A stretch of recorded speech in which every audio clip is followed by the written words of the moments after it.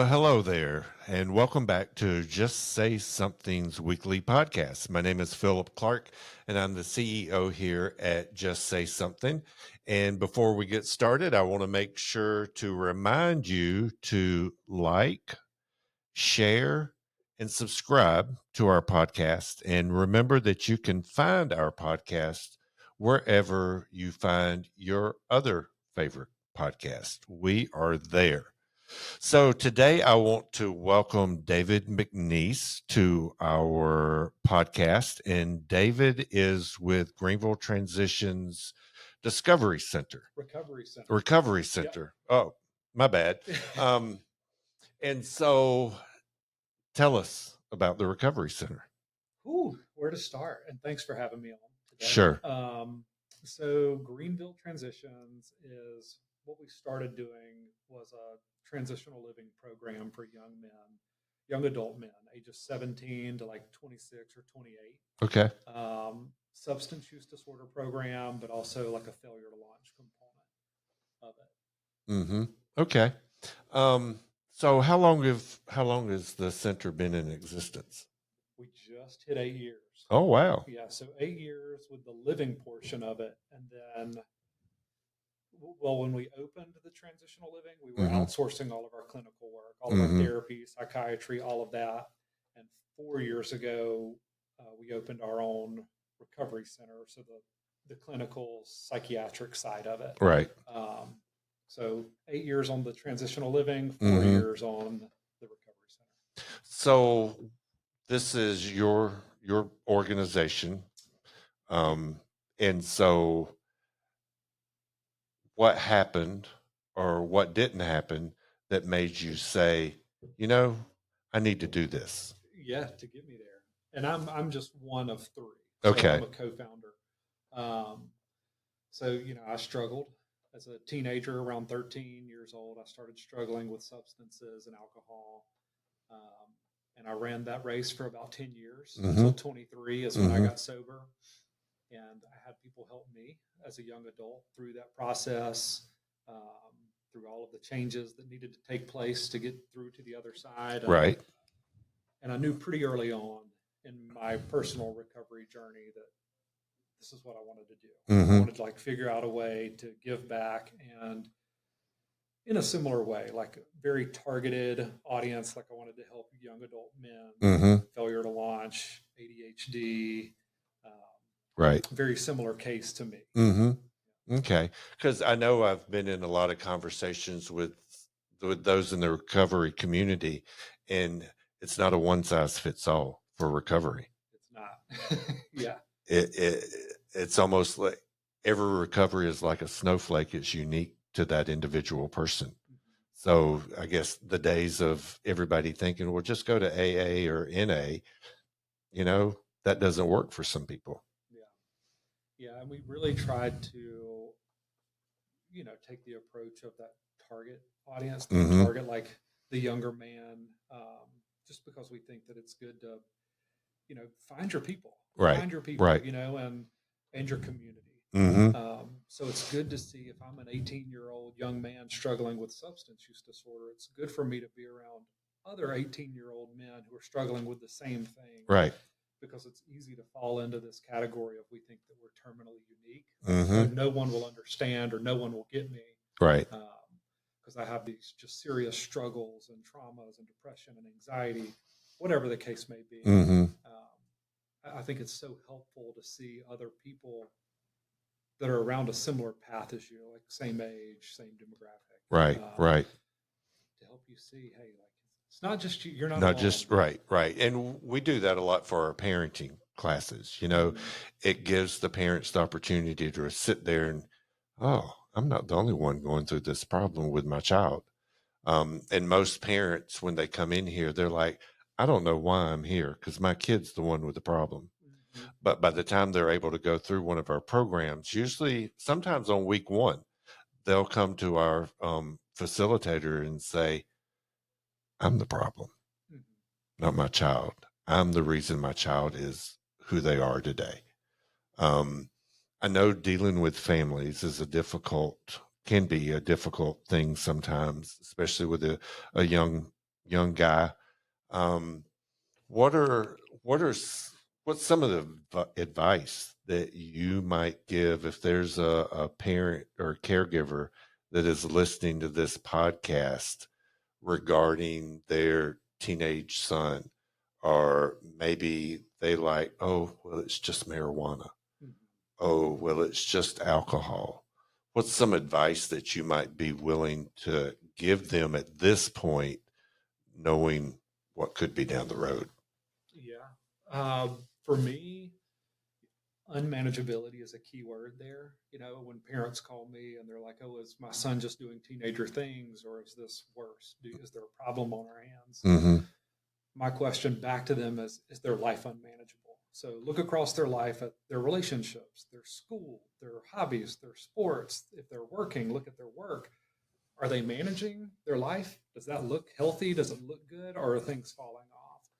And if they know substances are in the picture and their life is falling apart and things Mm-hmm. are becoming unmanageable, I would say I don't think it's just teenager things anymore. Right. Um, but I think you unpacked another really important thing is just family work in general, which is Mm-hmm. something we're really big on. Like we won't work with a guy if their families won't come in and Right. work with us too. Mm-hmm. We require it. We require weekly therapy. We require every other week groups where they can be with other families and hear Mm-hmm. their experience. Um, because you have to look at the family as a whole. It's Oh, not just 100%. sending your teenage son in Here, and fix him. saying fix this. Exactly. Right. Yep. Right. Yeah. Yeah. And for some families, that's all that they can fathom. They don't know what to do. Mm-hmm. And so part of that is what we do here at Just Say Something is help families communicate better. Even one of our programs is called Strengthening Families, and it's for families that have a child from 7 to 17. It's 11 weeks, and we start out with a family meal every week. And so most families, I know when I grew up, we waited until our dad got home every night for the whole family to sit down and eat a meal together. With so many fast food restaurants, and families don't do that anymore. And so that connection is missing, especially with the little cell phone things, that is really driving a lot of kids to not communicate. Yeah. And so it's helping those parents to get out there and to find what they can do. Um, I know we focus a lot on the prevention side here at Just Say Something with our partners. How do you see the relationship between recovery and the prevention side working in our community? What do you mean? Like, So the relationship between prevention and recovery, what what can we do more on the prevention side that would help on the recovery side? We hear a lot about, well, we just need more treatment. We need more treatment. We need more treatment. Well, we need a lot of prevention. yes. And so the ROI on prevention is a lot better than it is on treatment. So the importance of prevention and getting the community to see, no, we can prevent a lot of this. That's one of the reasons we're doing a summit for middle school kids. Yeah. Because you mentioned you started at 13. That's when something's missing in a kid and they start self-medicating. Exactly. And so the more we know about ACEs, adverse childhood experiences, and brain science, we can stop it. Just like we can stop heart disease and those kind of things. Yeah. So just with the relationship between the prevention and recovery world, one is, I know a lot of times when we're invited to a youth group or something like that, when we're talking about prevention, they see people in their lives that could probably use recovery. And so it's mixing that message of between the two of prevention and recovery. Yeah. So I think I love what you're doing here, and I love the name. Just say something, because Hmm. that's such a powerful thing. Is just start talking about it. Right. I mean, that's the biggest thing, is that so many families that I've come into contact with, they want to sweep things under the rug. They Hmm. don't want the other families in their neighborhoods to Oh, hear. They don't want the families in their church to hear. They don't right. want the families at their work to hear. Right. And we have to get over that. Like, Right. first and foremost, we have to get over that and just say Say something. something. Exactly. Reduce that stigma. Start talking about it Hmm. with others. So I think that, and then starting to look at the bigger picture Hmm. of, the problem's not what's in the bottle, whether it's a pill bottle or an alcohol bottle. The problem is because something was missing in Right. me as a child, Hmm. and I had to go back and address that Hmm. and figure it out. And then, instead of numbing out Right. with drugs and alcohol and running from my emotions, I had to run through it Hmm. and face it, and then figure out healthier outlets. Right. Which today I still have. It's very much an addictive personality. It just comes out in much healthier ways, Hmm. with work, with pickleball, with working out, with I get a little obsessive about diets at times, and so I just make sure I'm channeling that Right. toward a healthier goal. Right. Right. And that's great advice for everybody. Um, yeah, I find, I always say I was the best shape of my life when I was 50. I'm not 50 anymore, and I'm not in very good shape, but I realize, we all make choices. And so there's some choices that I could make, not to eat that bag of popcorn, or, just things that I shouldn't do. Um, And we all have those things, but at least it's not that's as right. bad as it used to be for me today. And that's great. That's Yeah. great. And we celebrate that for you and with you. So for someone who is listening and they may be struggling themselves, what advice would you have for them? To give up the fight, start talking about it. I mean, I think you have that gut feeling that something's off, that you're Hmm. struggling.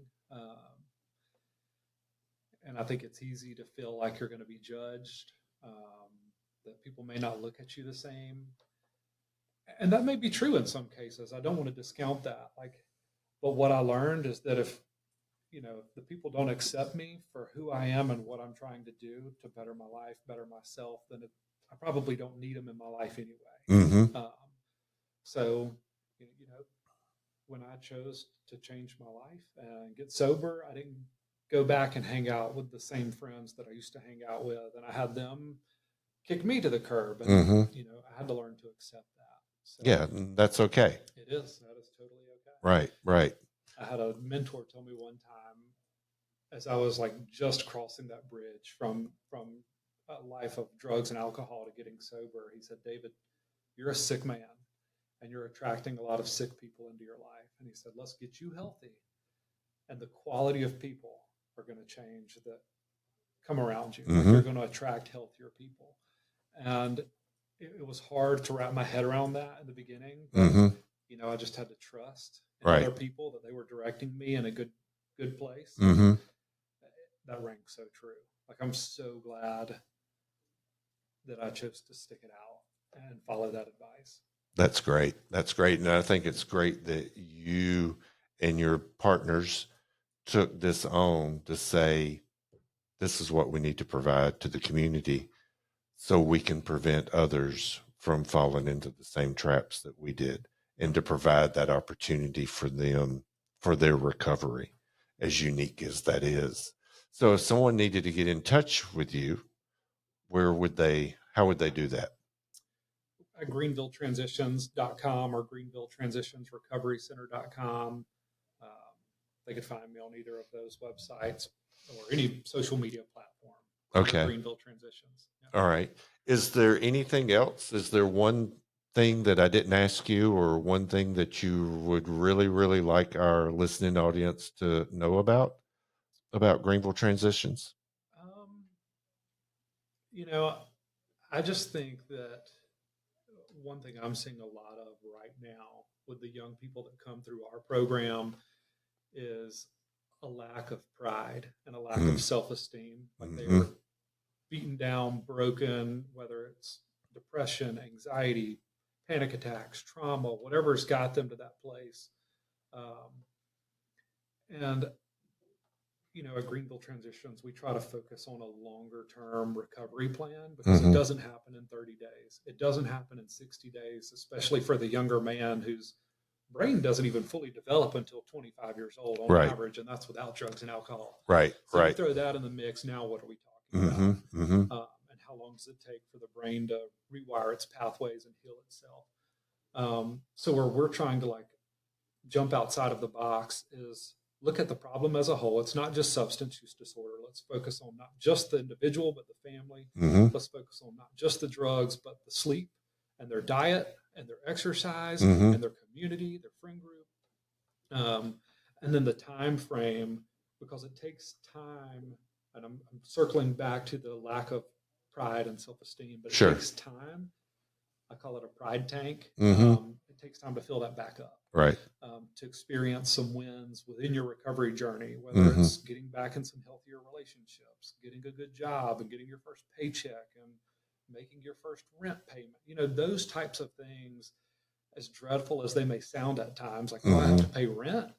Right. But it gives you a sense of pride, a sense of accomplishment. And that's what we have to build back up in these young men to create success. You have to get them to a place in life where they feel so good about their recovery journey and the wins that they've had within that journey that the thought of turning back to drugs and alcohol is like blasphemous. Like, why on earth would I want to go back to that? And that's a longer term game. Yeah. It's not going to be that 30 or 60 day mark. Right. Right. There's so much to unpack with that and with what you're doing. And I guess one of the things that I'll say in closing is it's also a community problem that the community isn't wanting to address. And we could go so much deeper into that, that would be a completely different podcast. Yeah. But it's a community conversation that needs to happen. And so I want to thank you for being here with us today, sharing about your organization's Greenville Transitions.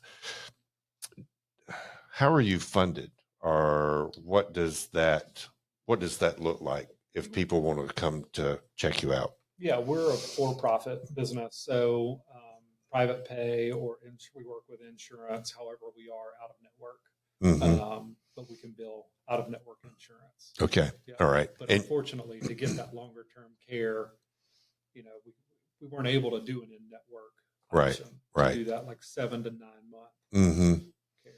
Yeah. Knowing that that's what a lot of individuals need, but providing that aftercare, I guess, of providing that additional support is very, very important. And again, it's a community issue that I wish this community would face.